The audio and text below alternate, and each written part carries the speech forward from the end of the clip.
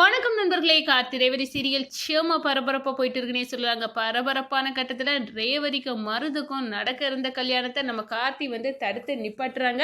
அதோட பார்த்தோன்னா நம்ம கார்த்தி ரேவதி கிட்ட கேட்குறாங்க, அவ்வளோ சந்தோஷமாக இருக்கிறீங்களா, ஏதாவது நடந்துச்சா அப்படின்னு நம்ம ரேவதிகிட்ட கேட்குறேன்னா, ஆமாம் எனக்கு மன குழப்பமாட்டம் இருந்து, ஆனால் இப்போ நான் தெளிவாக இருக்கேன் அப்படின்னு சொன்னேன். இப்படி இப்போ இருக்கிற மாதிரியே நீங்கள் எப்போவும் இருக்கணும், நீங்கள் சந்தோஷமாக இருக்கணும் அப்படின்னு சொன்னாரா.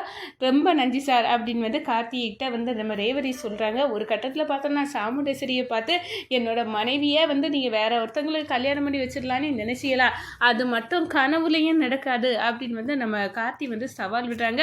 இந்த சைடு பார்த்தோன்னா நம்ம ரேவதிக்கு கையில் கார்த்தி ரேவதி கல்யாண ஃபோட்டோ கிடைக்குது. அதை தூக்கி வச்சு அவங்க பார்க்குறாங்க. அப்போ உண்மையாட்டே நானும் அவரும் கணவன் மனைவி அப்போ ரெஜிஸ்டர் ஆஃபீஸில் இதை சொல்லி தான் இந்த கல்யாணத்தை யாரோ நிப்பாட்டியிருக்காங்க. அது யார் அப்படின்னு அந்த இடத்துல ரெஜிஸ்டர்கிட்ட போய் கேட்குறாங்க. ரேவதி, என்ன காரணத்துக்காக நீங்கள் எங்கள் கல்யாணத்தை நடத்தலை அப்படின்னு சொல்ல நேரம், என்னம்மா நீ புரியாமல் பேசுகிற, உனக்கு ஏற்கனவே கல்யாணம் ஆயிட்டு அப்படின்னு அந்த இடத்துல சொல்லி தூக்கி வாரி போடுது ரேவதிக்கு. அதை பற்றி தான் இந்த வீடியோக்குள்ளே பார்க்க போகிறோம். அதுக்கு முன்னாடி சேனலுக்கு லைக் அண்ட் சப்ஸ்கிரைப் பண்ணுங்கள் ஃப்ரெண்ட்ஸ். பக்கத்தில் இருக்க பெல் ஐக்கானையும் கிளிக் பண்ணுங்கள். அப்போ தான் நான் போடுற ஒவ்வொரு வீடியோவும் நோட்டிஃபிகேஷனாக உங்களுக்கு கிடைக்கும். வாங்க ஃப்ரெண்ட்ஸ், வீடியோக்குள்ளே போகலாம். ஃபஸ்ட்டு எடுத்த உடனே பார்த்தோன்னா ஒரு செம அதிரடியான பரபரப்பு கட்டம் தான். பரபரப்பான கட்டத்தில் நம்ம பார்க்க இருக்க நேரம் தான் கார்த்தி தந்திரமாக பேசுகிறாங்க. அந்த ரெஜிஸ்டர்கிட்ட பேசி கல்யாணத்தை தடுத்து நிப்பாட்டுறாங்க. நம்ம சாமுண்டேஸ்வரிக்கு வயிற்றுல புளியை கரைச்சி ஊற்றுன மாதிரி இருக்குது. என்னடா நம்ம ஒன்று பண்ணால் இப்படி ஒன்று நடந்துச்சு, இப்போ என்ன பண்ணலாம் அப்படின்னு மண்டையை பிச்சுக்கிட்டு இருக்கிறாங்க. அதே நேரத்தில் இனி கல்யாணம் நடக்காது போங்க அப்படின்னு சொன்னோன்னே, நான் ஆஃபீஸுக்கே போகிறேன் அப்படின்னு நம்ம ரேவதி ஆஃபீஸுக்கு போகிறாங்க. அங்கே போனதோட நம்ம கார்த்தி கேட்குறாங்க, என்னங்க உங்கள் முகத்தில் இவ்வளோ நாள் இல்லாமல் அவ்வளோ ஒரு சந்தோஷம் இருக்குது. ஆமாம், நான் கொஞ்சம் முன்னாடி வர குழம்பி இருந்தேன் என் வாழ்க்கையில். ஆனால் இப்போ ஒரு தெளிவுக்கு இப்போ எனக்கு ஏன்னு தெரியல, ரொம்ப சந்தோஷமாக தான் இருக்கேன்.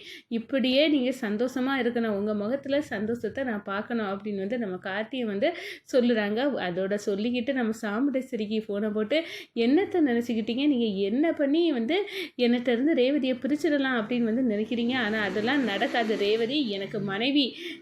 யார் எங்கள் ரெண்டு பேர்த்தையும் பிரிக்கணும்னு நினச்சாலும் அது நடக்காது, நடக்கவும் நான் விட மாட்டேன் அப்படின்னு சொல்ல நேரம் அப்படியே அரண்டு, டேய் உன்னை நான் கண்டிப்பாக என் பொண்ணு வாழ்க்கையிலேருந்து தூக்கி காட்ட வேண்டாம் அப்படின்னு சாமுண்டேஸ்வரி சொல்ல, அது இந்த ஜென்மத்தில் நடக்காது. நான் ரேவதியே என் கூட தான் அவள் இருப்பா, என் கூட தான் வாழ வைப்பேன். கண்டிப்பாக அவளுக்கு பழசெல்லாம் ஞாபகம் வரும். நாங்கள் ரெண்டு பேரும் கணவன் மனைவியாக உங்கள் கண்ணு முன்னாடியே வாழ தான் போகிறோம், நீங்கள் பார்க்க தான் போகிறீங்க அப்படின்னு நம்ம கார்த்தியை சவால் விடுறாங்க. நம்ம ரேவதிக்கு எந்த காரணத்துக்காக நம்மளுக்கு நடக்க இருந்த மேரேஜ் சடனாக நின்று போச்சு. அந்த ரெஜிஸ்டர் வர கோபத்தில் அந்த பத்திரத்தை டாக்குமெண்ட்டை வர கிழிச்சு போட்டார். அதெல்லாம் என்ன விஷயம் ஒன்றுமே புரியலை. அந்த ரெஜிஸ்டர்கிட்ட போய் பேசாமல் கேட்டு பார்க்கலாமா, என்ன நடந்துச்சு, எதுக்காக எனக்கும் மருதுக்கும் இருக்க கல்யாணத்தை நடத்தாமல் அதை கிழிச்சு எரிஞ்சிக்க அப்படின்னு கேட்கணும் அப்படின்னு அந்த இடத்துல நினைக்கிறாங்க. ஒரு கட்டத்தில் பார்த்தோன்னா ஆஃபீஸ் முடிஞ்சதோட அந்த ரெஜிஸ்டரை போய் சந்திக்கிறாங்க.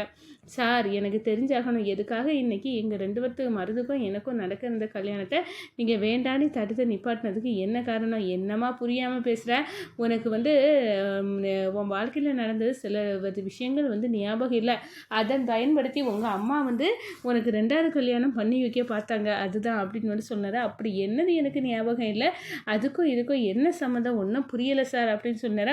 போமாங்கிட்டு, உனக்கு ஏற்கனவே கல்யாணம் ஆயிடுச்சு, கல்யாணம் ஆன பொண்ணை மறுபடியும் கல்யாணம் உங்கள் அம்மா திருட்டுத்தனமாக உனக்கு இன்னொரு மாப்பிள்ளையை பார்த்து கல்யாணம் பண்ணி வைக்க பார்த்துருக்கா அப்படின்னு சொன்னோன்னே, என்ன சார் நீங்கள் சொல்கிறீங்க, என் வாழ்க்கையில் நடந்தது எனக்கே ஒன்றும் தெரியலை. ஆமாம்மா, உன்னோட கணவர் தான் கால் பண்ணி எனக்கு நடந்த விஷயத்த சொன்னார், உனக்கும் அவருக்கும் கல்யாணம் ஆகிருக்கு, அதுக்குள்ளே ப்ரூஃபையும் எனக்கு அனுப்பிவிட்டுருக்காரு அப்படின்னு அந்த இடத்துல நம்ம ரேவதிக்கு கிட்ட அந்த ஃபோட்டோவை காட்டுறாங்க, கல்யாண ஃபோட்டோவை. அந்த நம்ம கார்த்தி அனுப்பி விட்டதை அதை பார்த்த உடனே, என்ன எம்டி கார்த்தி சார் தான் என் கணவரா அப்படின்னு அந்த இடத்துல அதிர்ச்சியாக இருக்கிறாங்கங்க. ஒரு கட்டத்தில் பார்த்தோன்னா என்னம்மா இப்படி பார்க்குற அப்படின்னு வந்து கேட்குற நேரம், உண்மையாட்டே இவர் தான் எனக்கு கணவரா அப்படின்னு வந்து கேட்குற நேரம், ஆமாம்மா இவர் தான் உனக்கு கணவர். உனக்கு நடந்த தலையில் அடிபட்டு நடந்த ஆக்சிடெண்ட்டில் தலையில் அடிபட்டு உனக்கு பழசு எல்லாம் ஞாபகம் மறந்து போச்சு. அதில் தான் இந்த விஷயம் வந்து உனக்கு ஞாபகம் இல்லாமல் போச்சு. அதை சாக்குக்கா வச்சு என்ன காரணத்தினால உங்கள் அம்மா இவர்கிட்டருந்து பிரிக்க நினைக்காங்கன்னு தெரியல. 6 மாதம் ஆனால் கோர்ட்டில் இன்னும் இருக்குதான். சேர்ந்து வாழறதுக்குள்ளே ரூல்ஸு கோர்ட்டில் ஆர்டர் வந்திருக்கு. ஆனால் அதெல்லாம் மீறி அவங்க அம்மா அந்த கணவரை விரட்டி தள்ளி இவருக்கு அடுத்தபடியாக உனக்கு கல்யாணம் பண்ணி வச்சிடலான்னு பிளான் பண்ணது உங்கள் அம்மா அப்படின்னு சொன்ன நேரம், நம்ம ரேவதி கோவத்தோட கொந்தளிச்சுக்கிட்டு வீட்டுக்கு போகிறாங்க. அம்மா, நம்ம கார்த்திக்கும் இவங்களுக்கும் ரேவதிக்கும் கல்யாணம் ஆன ஃபோட்டோவை நம்ம சாமுண்டேஸ்வரிட்டே காட்டுறாங்க. இந்த பாரு, என்னை நீ ஏமாத்திருக்காமா, எனக்கும் கார்த்திக்கும் கல்யாணம் ஆகிருக்கு. என்னோட எம்டி அவர் தான் என்னோட புருஷன் அப்படின்னு வந்து சொல்கிறாங்க. இதை கேட்டோன்னே சாமுண்டேஸ்வரி ஆச்சரியப்படுறாங்க. அந்த டிரைவரே பயலே இந்த விஷயத்த சொல்லிட்டானா அப்படின்னு வந்து கோவப்படுறாங்க. நீ இந்த பாரு ஆஃபீஸில் போகிறால அந்த அவன் தானே இந்த விஷயத்தெல்லாம் உன்கிட்ட சொன்னது அப்படின்னு வந்து கேட்குறாரு. அவர் வாயே விடலமா, நான் அந்த ரெஜிஸ்டரை சந்திச்சுட்டு தான் வரேன். அவரை போய் பார்த்தேன். அவர் வந்து சொன்னார், இந்த கல்யாணம் வந்து நின்னதுக்கு என்ன காரணம் அப்படின்னு வந்து நான் கேட்டப்போ தான், இந்த கல்யாணம் நடக்கவே கூடாது, உனக்கு ஏற்கனவே கல்யாணம் ஆகிட்டு, உன் கணவர் முதல் கணவர் தான் இந்த ஃபோட்டோவை அனுப்பிவிட்டார், உனக்கு இனி கல்யாணம் நடக்கக்கூடாது, அவர் உன் கூட சேர்ந்து தான் வாழ விரும்பார், கோர்ட்டில் உங்களுக்கு டைவர்ஸ் கேஸ் இருக்குது, 6 மாதம் இன்னும் சேர்ந்து வாழறதுக்கு இருக்குது. உங்கள் அம்மா இப்படி பைத்தியம் பிடிச்சி ஒரு முட்டாள்தனமான காரியத்தை பண்ண பார்த்தாங்க. உங்கள் அம்மா செய்த செயலால் எனக்கு வேலை போயிருக்கோம். நல்ல வேலை, கரெக்டான டைமில் அந்த தம்பி வந்து எனக்கு கால் பண்ணி உண்மையை சொல்லிட்டாங்க. நான் தப்பிச்சிட்டேன், இல்லாட்டினா என்ன ஆயிருக்கும் அப்படின்னு வந்து நம்ம சாமுண்டேஸ்வரியை பற்றிய எல்லா உண்மையும் அந்த ரெஜிஸ்டர் வந்து போட்டு உடைக்கிறாங்க.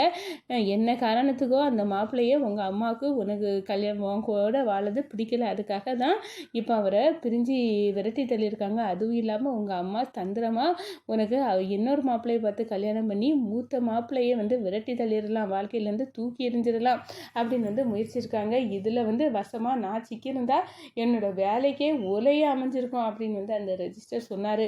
ஏமா இந்த வேலையெல்லாம் பார்க்குறீங்க? இப்போ பாட்டியோட பேரண்ணி இவர் வந்திருக்கிறது உண்மையாட்டே பாட்டியோட பேரன் இல்லைன்னு எனக்கு நல்லாவே தெரியுமா அப்படின்னு வந்து அந்த இடத்துல சொல்ல நேரம், என்னப்பா கேட்டியா மருது, இப்போவே இங்கேருந்து பெட்டியை கட்டி கிளம்பிடு. ரேவதிக்கு மனசில் எம்டி கார்த்தி தான் மாப்பிள்ளை அப்படின்னு வந்து தெரிஞ்சுட்டு, நம்ம சொல்லாமலே அவளுக்கு வந்து வேற ஆள் மூலமாக உண்மை தெரிஞ்சுட்டு அப்படின்னு வந்து அந்த இடத்துல சொல்கிறாங்க.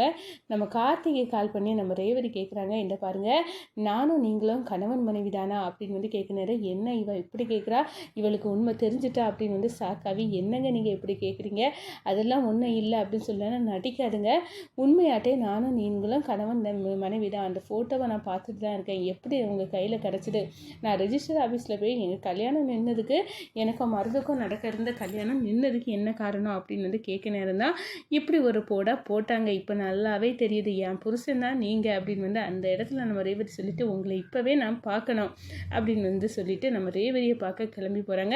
நம்ம சாமுண்டேஸ்வரி, போகாத ரேவதி, நில்லு அப்படின்னு வந்து தடுக்கிறாங்க. போகாமல் அங்கிட்டு நான் என் புருஷன் கூட தான் வாழுவேன் அப்படின்னு வந்து அந்த இடத்துல வந்து நம்ம ரேவதி கார்த்தியோட வந்து சொல்லுறாங்க.